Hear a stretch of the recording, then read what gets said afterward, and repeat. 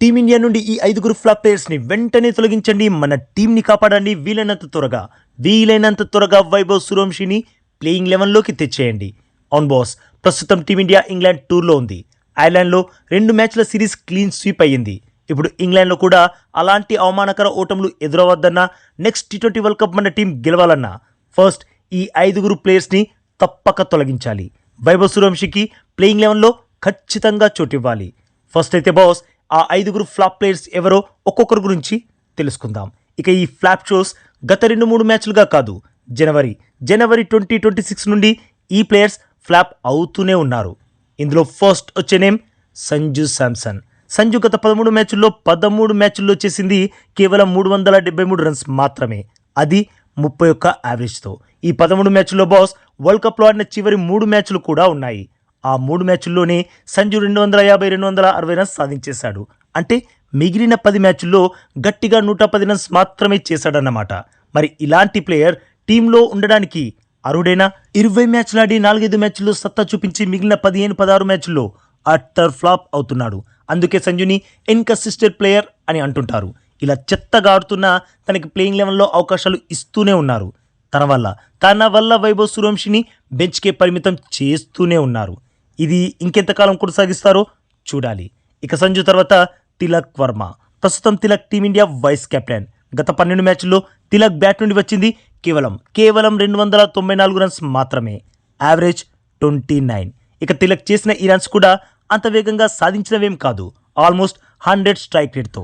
ప్రస్తుత క్రికెట్లో ODI ఫార్మాట్లోని 120-140 strike రేట్తో పరుగులు సాధిస్తుంటే తిలక్ మాత్రం టీ20లో 100 స్ట్రైక్ రేట్తో ఆడుతున్నాడు. ఇలాంటి ఆటతో టీంకి అపజయాలు అందించగలడేమో కానీ ఖచ్చితంగా విజయాలనైతే అందించలేడు. మొన్న ఐర్లాండ్లో ఫ్లాప్ అయ్యాడు, నిన్న ఇంగ్లాండ్ ఫస్ట్ మ్యాచ్లో కూడా.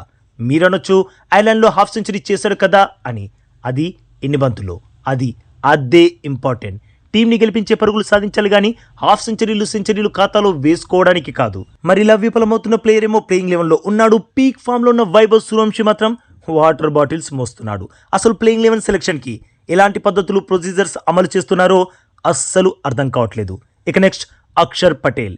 ఈ సంవత్సరంలో 12 మ్యాచ్లు ఆడి కేవలం 53 రన్స్ మాత్రమే చేశాడు, యావరేజ్ 8. ఇలా పరుగులు సాధిస్తున్నాడు. పోనీ వికెట్స్ ఏమైనా కూల్చుతున్నాడా అంటే అది లేదు. అయినా టీం సెలెక్షన్లో ఉంటున్నాడు, ప్లేయింగ్ 11లో ఆడుతున్నాడు. ఎలా బాస్, ఇలా ఆడుతున్నా కూడా తనని ప్లేయింగ్ 11లో ఎలా ఆడిస్తున్నారో నాకైతే అర్థం కావట్లేదు. మీకేమైనా అర్థమైతే తప్పకుండా కామెంట్ చేయండి. ఇక నెక్స్ట్ ప్లేయర్ వాషింగ్టన్ సుందర్. ఈ సంవత్సరం 3 మ్యాచ్లు ఆడి 20 రన్స్ మాత్రమే చేశాడు. ఒక్కటంటే ఒక్క వికెట్ కూడా కూల్చలేకపోయాడు. అయినా ఈసారి గారికి కూడా టీంలో చోటు దక్కుతుంది. అసలు సుందర్ టీ20 ఫార్మాట్లో ఏం చేస్తున్నాడో ఎవ్వరికీ తెలియదు. ఇక ఫైనల్గా హర్షిత్ రాణా. ఈ సంవత్సరం 6 మ్యాచ్ల్లో కేవలం 6 వికెట్స్ మాత్రమే కూల్చాడు, ఎకానమీ 9. అంటే యావరేజ్ పర్ఫార్మెన్సెస్ ఇస్తున్నాడు. అయినా కూడా హర్షిత్ ప్లేయింగ్ 11లో ఉంటాడు. యాక్చువల్గా హర్షిత్ ఫిట్గా ఉన్నాడంటే చాలు, తను ప్లేయింగ్ 11లో ఉండాల్సిందే. ఇది టీమిండియా కోచ్ గౌతమ్ గంభీర్ రాసిన శాసనం. తనను ఆడించడానికి ఎవరినైనా పక్కన పెట్టేస్తాడు గంభీర్. కానీ హర్షిత్ ఏం చేస్తున్నాడు? ఏమీ చేయకుండా, వికెట్స్ కూర్చోకుండా టీమిండియా ఓటములకి కారణం అవుతున్నాడు. మరి ఇలాంటి ప్లేయర్స్ టీంలో ఉంటే టీమిండియా ఎలా గెలుస్తుంది? వీళ్ళు ఐర్లాండ్ లాంటి టీం చేతిలో సిరీస్ కోల్పోయేలా ఆడారు. మరి వీరిని నమ్మకుంటే మనం నెక్స్ట్ టీ20 వరల్డ్ కప్ గెలిచినట్లే. గ్రూప్ స్టేజ్లోనే ఇంటి దారి పట్టిస్తారు. సో ఈ 5 ప్లేయర్స్ని టీం నుండి వెంటనే తొలగించాలి, టీమిండియాని కాపాడాలి. ఏమంటారు బాస్? ఈ విషయంలో మీ ఒపీనియన్ ఏంటి? తప్పకుండా కామెంట్ చేసి చెప్పండి బాస్.